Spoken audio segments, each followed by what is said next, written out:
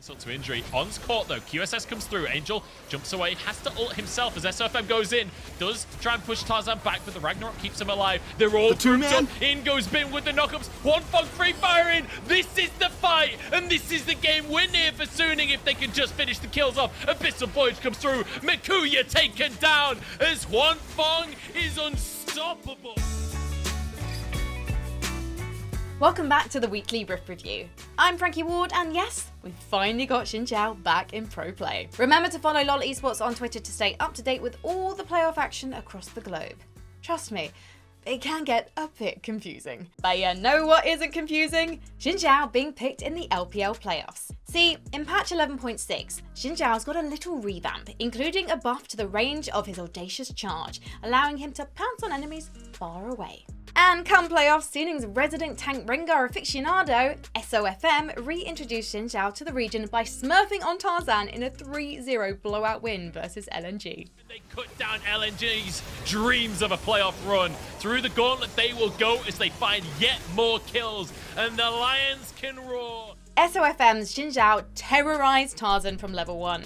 Not only did SOFM successfully steal blue from Tarzan and take both Scuttle Crabs, he then killed Tarzan for first blood. You have that level 9 and tier 5 as they're going in onto Tarzan with Angel following up. Uh-oh, the bombs are coming on through. Tarzan's in trouble. Taken away, he goes down, and it's first blood for SOFM. Come team fights, SOFM used Audacious Charge's new extended range for some pretty crazy engages. But he's taunted by Iwandi, kept at bay. The Zillion ult having to be used onto Bin is not ideal for Suning here. In goes SOFM, knocks them all wide.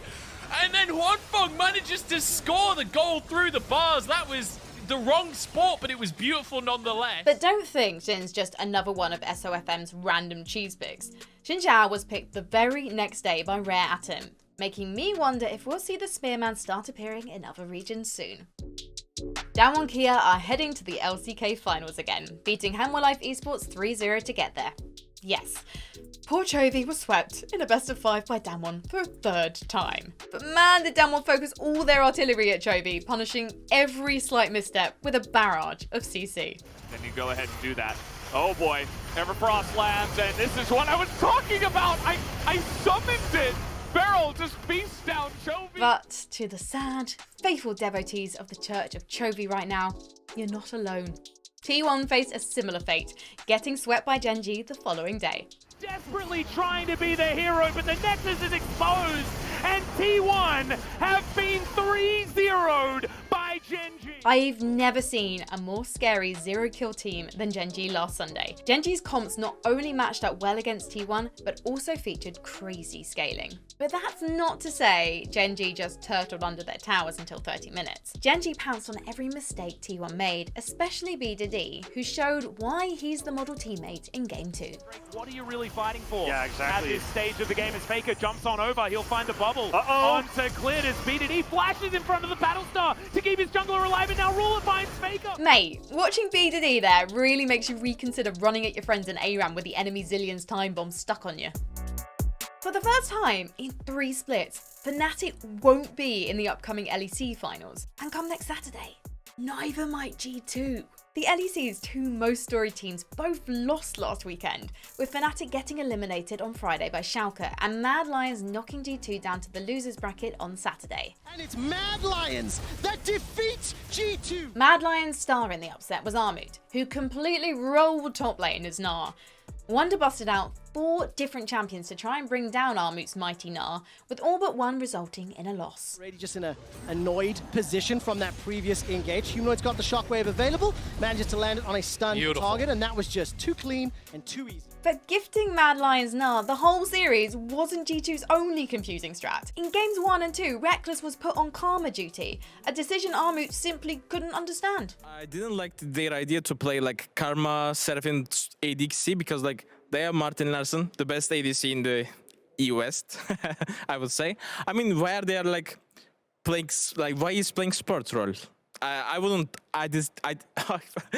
I mean, I kind of dislike this opinion, you know? I think, I mean, I'm not saying this is their, like, that's why they lose, but I think he should be more play carry role, because like at third game, he played Kai'Sa.